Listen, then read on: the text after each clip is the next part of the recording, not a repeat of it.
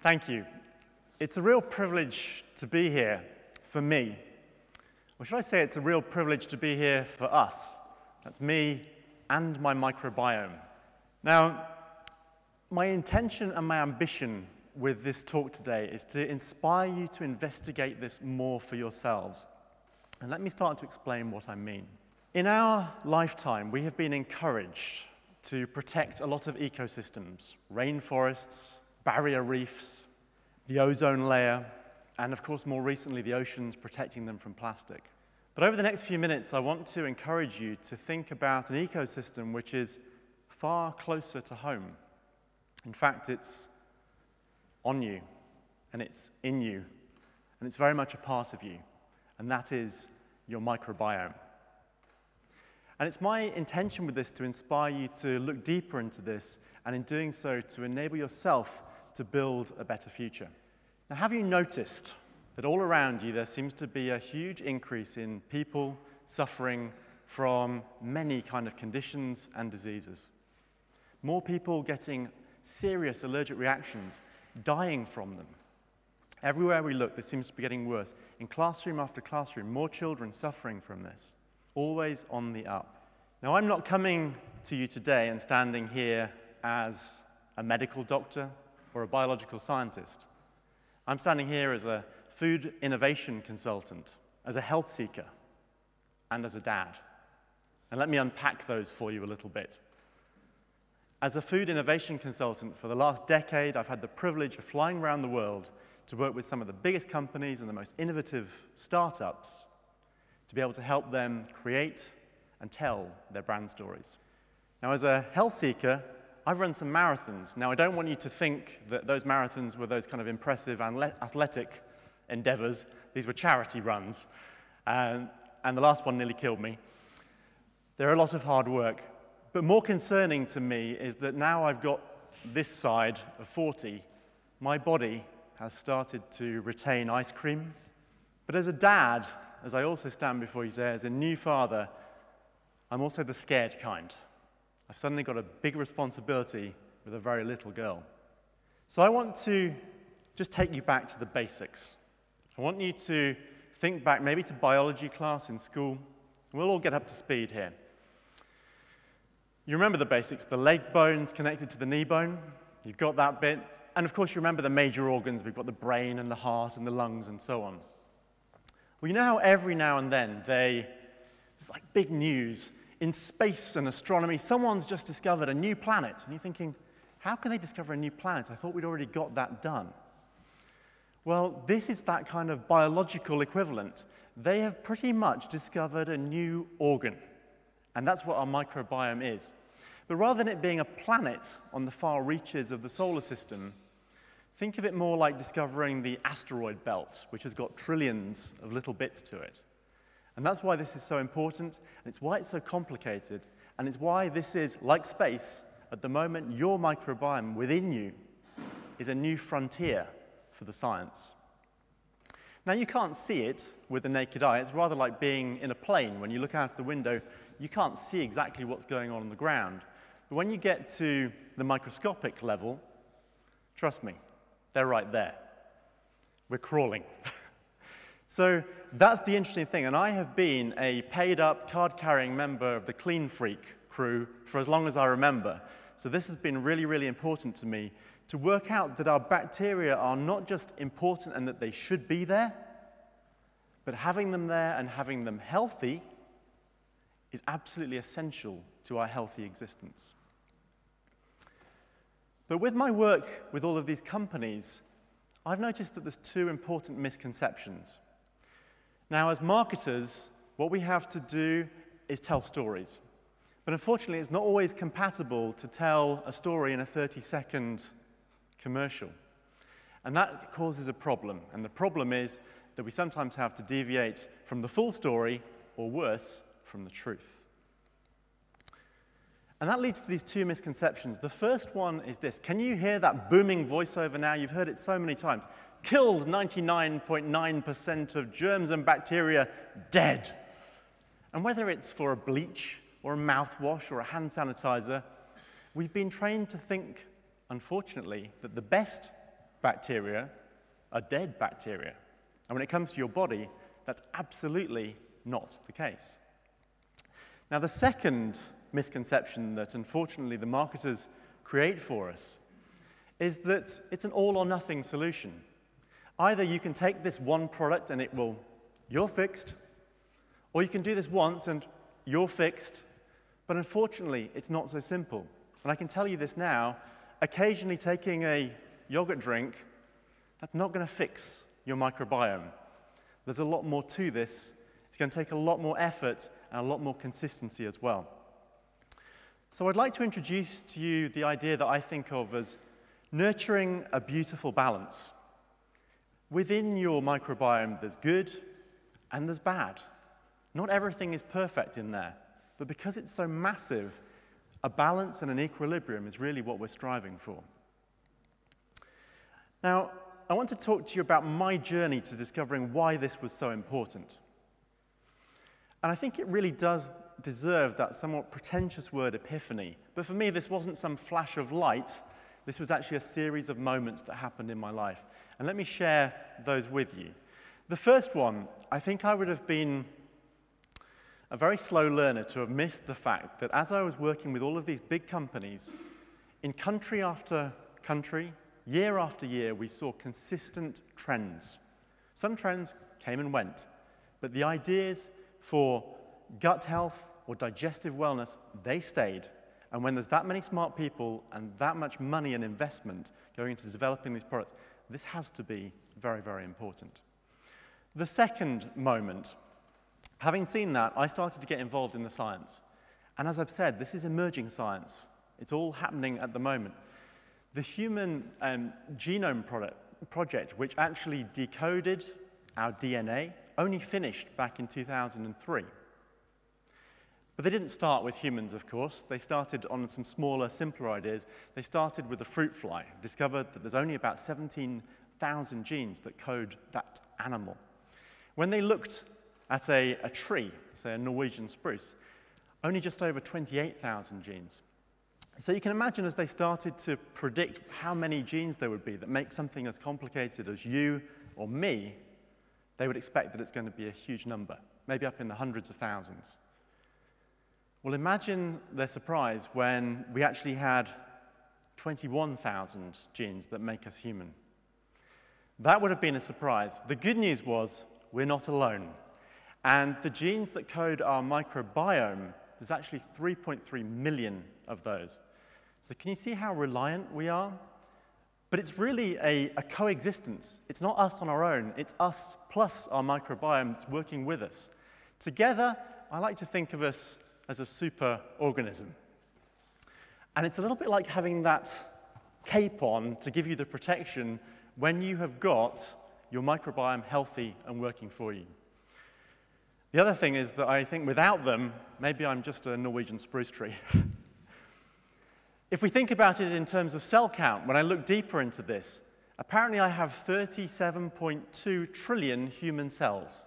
Now that's a lot, but I have 100 trillion cells within my microbiome. So I'm approximately a quarter human, and 3/4 of me is my microbes. And by any stretch, that's a big supporting act, that's for sure. Now, the third moment in my life as I looked at this, and this was really important. Mark Twain said a lot of clever things. I think this one is appropriate now. Mark Twain said that it's not what you don't know that gets you into trouble. It's what you know for sure that just ain't so.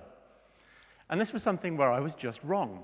I had known for as long as I can remember that the appendix just wasn't important. Some of my friends at school had had theirs removed, and that was just fine. But it turns out that wasn't true.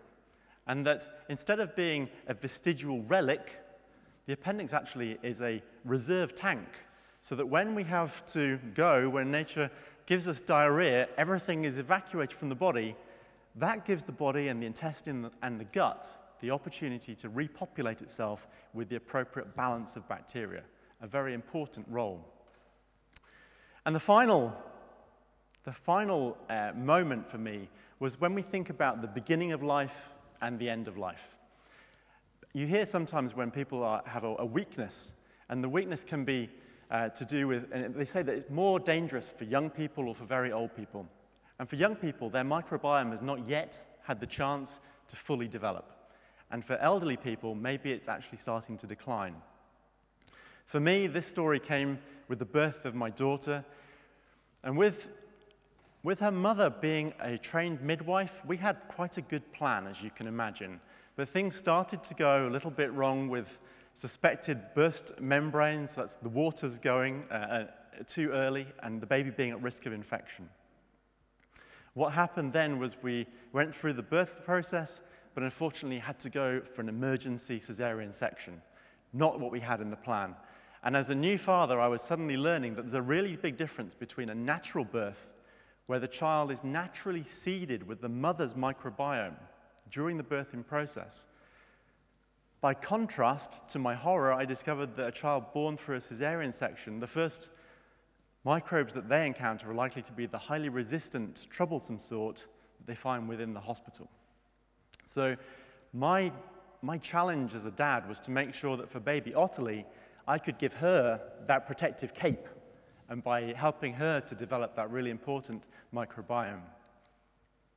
So how about you? How can I help you with just 4 tips to strengthen your microbiome for you, for those that you love, for your friends, and maybe for your future children as well? Well, the first step and first tip for this is to continue to explore. And I really encourage you not just to explore the microbiome itself, but if you've got any conditions or your friends, relatives have got conditions, look at the connection between the microbiome and that specifically. Now, you can watch TED Talks, you can read on the internet and find out a lot. But if you want to go deeper into this, you can actually get a microbiome analysis. But that does involve posting poop. The next thing that you need to be doing is being very careful with your elimination.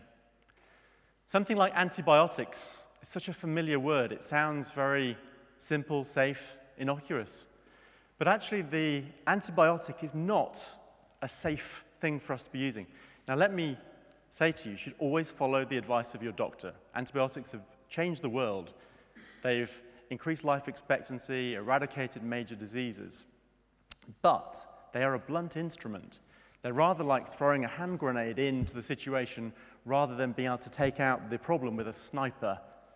So more is killed. More of your microbiome is killed than you would want, and that can be a real problem. The other side of this is that when it comes to raising children, it's important to enable them to get dirty. Playing in the dirt is okay. And it's the same, the latest recommendation when it comes to sensitizing to prevent allergies is actually early exposure in moderate and careful amounts. So we need to have this because otherwise our microbiome does not develop. It has to be stimulated to get there. So be very careful with that. The third tip is to nourish plentifully and consistently. And really the watchwords here are about diversity of natural foods. Now, you've heard that before, but what I'm really talking about here are things like high-fiber foods. There's recently been an announcement to say that we should take 30 grams of fiber each per day. And a Western diet, for most of us, actually is giving us only about 15 on average right now. If we look to our recent ancestors, they were getting more like 130 grams, and you can imagine that their microbiome, 3/4 of their cells, remember, were a lot happier when they were being fed better. So when it comes to these high-fiber foods, what can you look for? Well, things like Jerusalem artichokes, leeks, onions, garlic, they will make a big difference, and they will be very well received in your gut by your microbiome.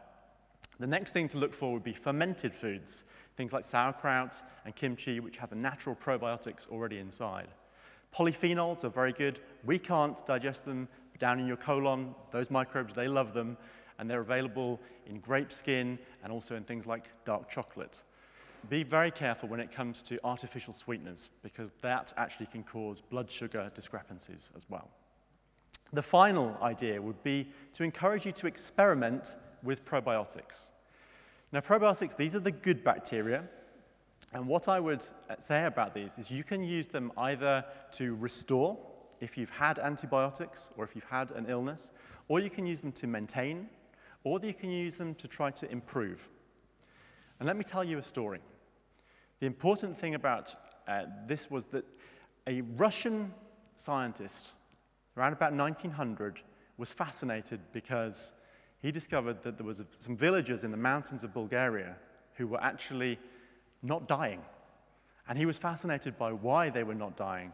And it was to do with their diet. And Eli Mechnikov, the scientist, was awarded the Nobel Prize for Medicine in 1908 because he discovered that we could actually impact and modify the performance of the gut flora through different diet. And that's exactly what these probiotics were doing. Now, EFSA in Europe, that's the European Food Safety Authority, they did not authorize any claims on probiotics because we all have different microbiomes. And it wasn't possible, because this is so complicated, to be able to measure the benefits in a consistent way in each of us. One set of probiotics, one combination of probiotics could create a different benefit in you than in me. So what I encourage you to do is explore, try different sorts, but remember, it's not all or nothing. So you have to give probiotics time to make a difference. So try different types, but try them for 3 to 6 months. It's really, really important to do that. The other final piece about probiotics is that you can see something called a CFU, or a colony-forming unit count. And you don't have to just go for the highest one on the front of the pack. What's really important with a probiotic when you're trying to find your right combination is the activity level. What enzymes are they producing? For example, what's happening in Bulgaria with the villagers, the Lactobacillus bulgaricus was actually producing lactase. And for anyone who suffers unable to digest lactose, you can imagine how that could be a helpful thing. So they are the 4 areas. And in trying to encourage you to nurture and to build a beautiful balance, what I can say there, do that research.